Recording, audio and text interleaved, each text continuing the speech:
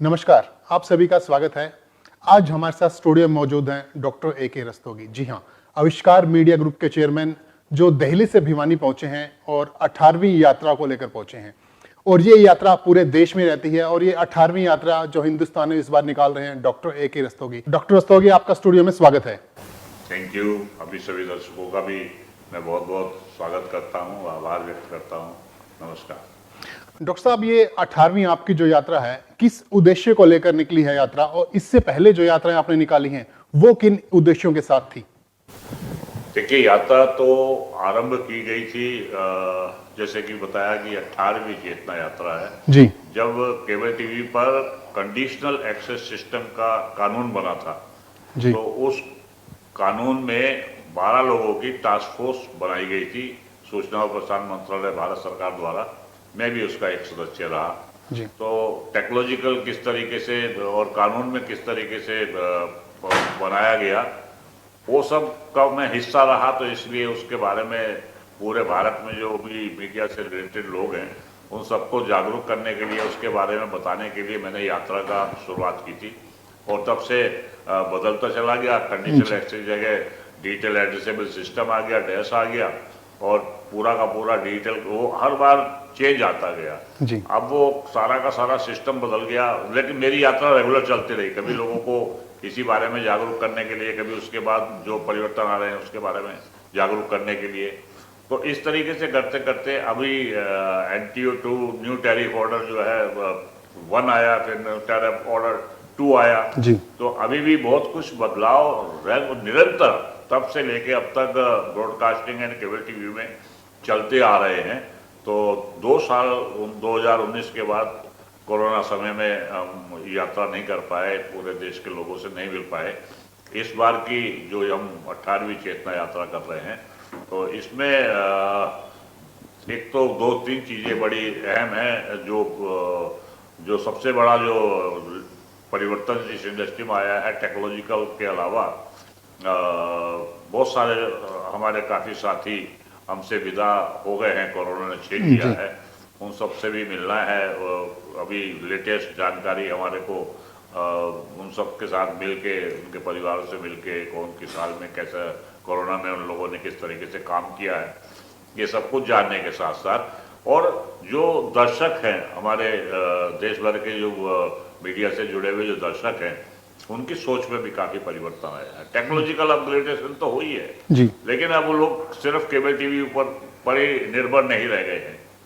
पहले ये था कि केबल टीवी छोड़ दिया तो DTH पर चले गए, DTH के बाद अब क्या है ना, केबल टीवी, DTH इनसे भी आगे निकल गई है टेक्नोलॉजी।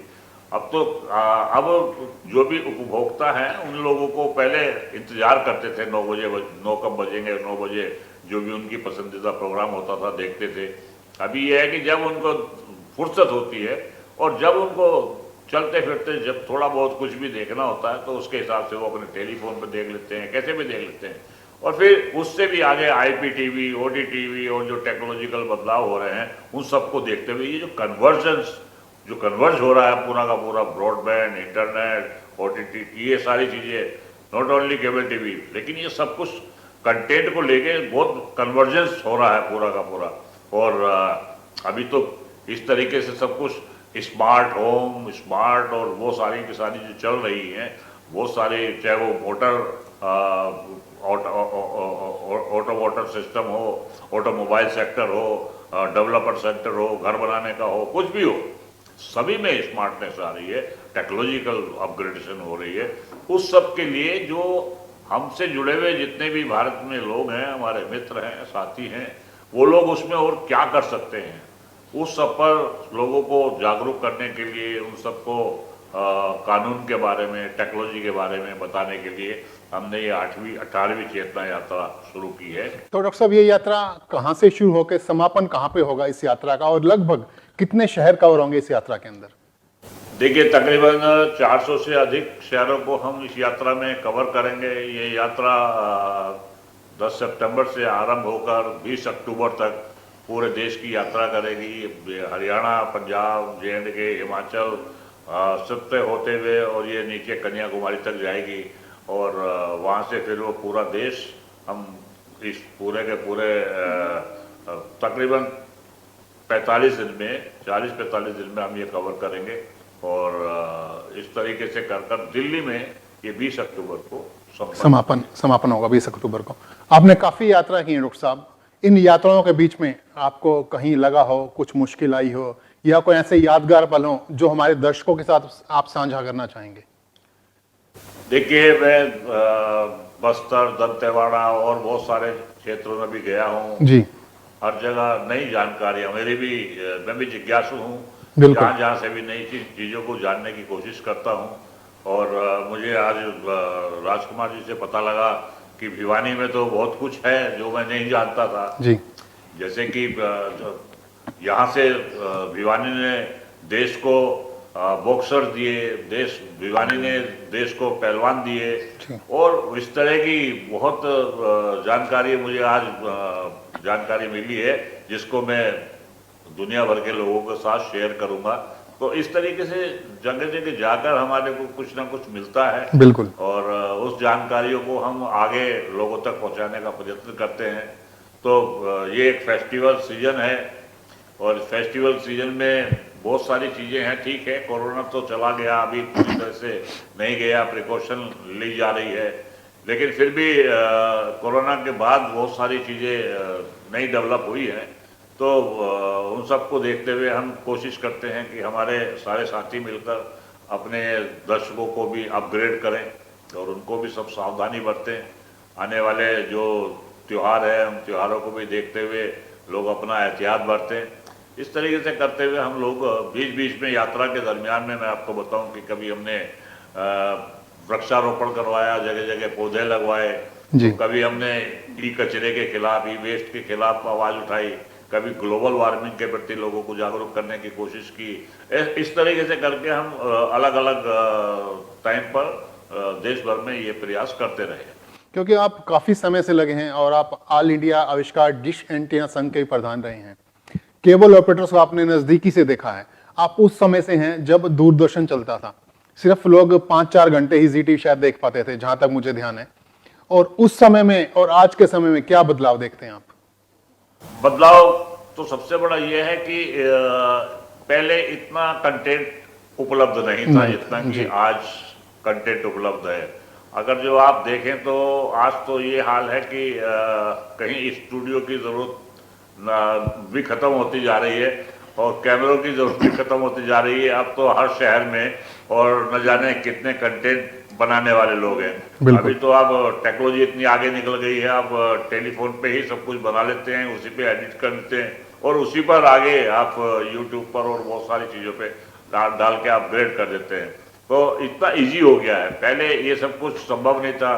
ठीक है, किसी टाइम पर दूरदर्शन अकेला उसका प्रभुत्व था पूरा का पूरा, लेकिन उसके बाद जैसे ही इलेक्ट्रॉनिक मीडिया ने प्रवेश किया भारत में 92-93 से, तो तब तक दूरदर्शन तो अपने आप को ही संभालने में लगा रहा, लेकिन नंबर ऑफ चैनल एक एक कर 800-900 चैनल आज प्रचलन में है, जिनमें से काफ़ी संख्या न्यूज़ चैनलों की है। हर 24 घंटे आप न्यूज़ सब कुछ देख रहे हैं, चाहे वो खेल का मैदान हो, चाहे वो राजनीति का मैदान हो, चाहे वो किसी भी तरह का। तो आप मतलब अब क्या है ना, अब चेंज आया है दर्शकों में।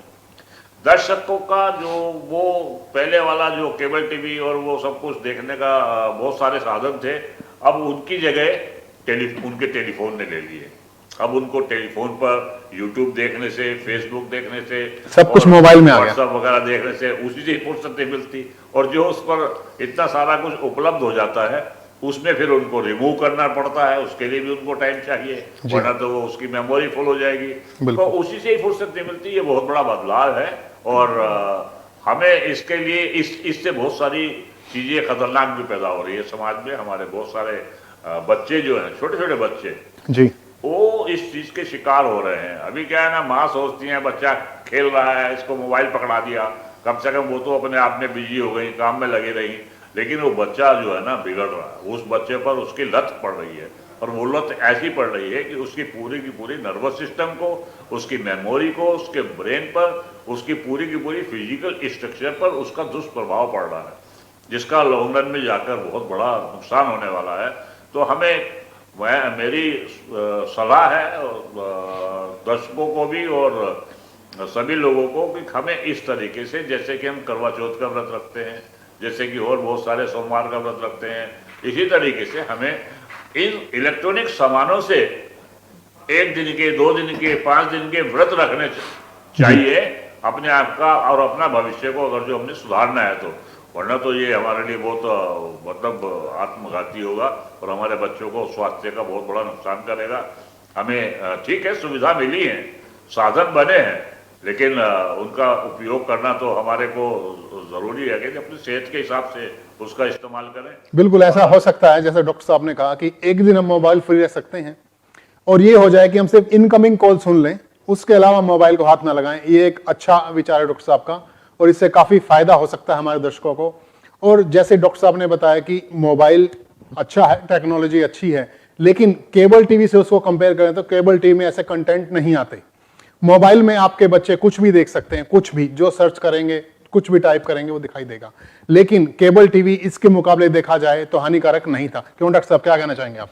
हाँ, देखिए, कंटेंट केबल टीवी पर जो आता था तो वो साफ सुथरा कंटेंट आता चीजों को देखते हुए आता था, भारतीय कानून को देखकर आता था, बिल्कुल सामाजिक दायरे को देखकर आता था, और उसमें इस तरीके का कोई भी कंटेंट अलाउड नहीं था जो कि सब लोग मिलजुल कर ना देख सकें। लेकिन जिस तरीके से ब्रॉडबैंड पर, इंटरनेट पर और वो बस OTT पर और IPTV पर जिस तरीके से खुल गया, कोई बाउंडेशन नहीं है, सारा आसमान खुल गया, पूरी दुनिया, पूरा का पूरा है, तो कोई भी अमेरिका में बैठा हुआ आदमी या कहीं से भी बैठा हुआ आदमी कुछ भी उस पर अपलोड कर सकता है। बिल्कुल। और लेकिन देखना किसने है? देखने के लिए कोई भी उसको डाउनलोड कर सकता है, और डाउनलोड करके आज दुनिया जितना ग्लोबलाइजेशन में जो हो रहा है, उसके लिए हमें स्वयं ही, हमारे परिवार को, हमारे बड़ों को स्वयं ही उसके लिए कुछ ना कुछ बैरियर बनाने होंगे, लिमिटेशन जरूरी है, और ये सब कुछ चेक पॉइंट हमें अपने आप ही तैयार करने होंगे। और अगर जो हमने सब कुछ खुला छोड़ दिया तो काफी नुकसान भी हो सकता है। बिल्कुल, आने वाला समय और भी हानिकारक हो सकता है हमारे बच्चों के लिए, हमारी फैमिली के लिए, क्योंकि जो प्लेटफॉर्म अब मोबाइल पे हैं, आप कुछ भी सर्च कर सकते हैं, कुछ भी देख सकते हैं, XYZ कुछ भी, और ये बच्चों के लिए हानिकारक है। आप लोग चेक नहीं लगा पा रहे उसके ऊपर, किसी भी परिवार की बात करें तो आप चेक नहीं लगा पा रहे उसके ऊपर। तो ये देखना जरूरी है कि बच्चों के लिए हानिकारक ना हो कंटेंट, और बच्चों का ध्यान रखना भी जरूरी है। ये तो डॉक्टर AK रस्तोगी जो दिल्ली से हमारे स्टूडियो में पहुंचे थे और 18वीं चेतना यात्रा को लेकर पूरे हिंदुस्तान भ्रमण पर निकले हैं। डॉक्टर साहब, आपका धन्यवाद। हम जल्द ही मिलेंगे एक नई शख्सियत के साथ। आपका धन्यवाद, आप बने रहिए हमारे साथ। नमस्कार।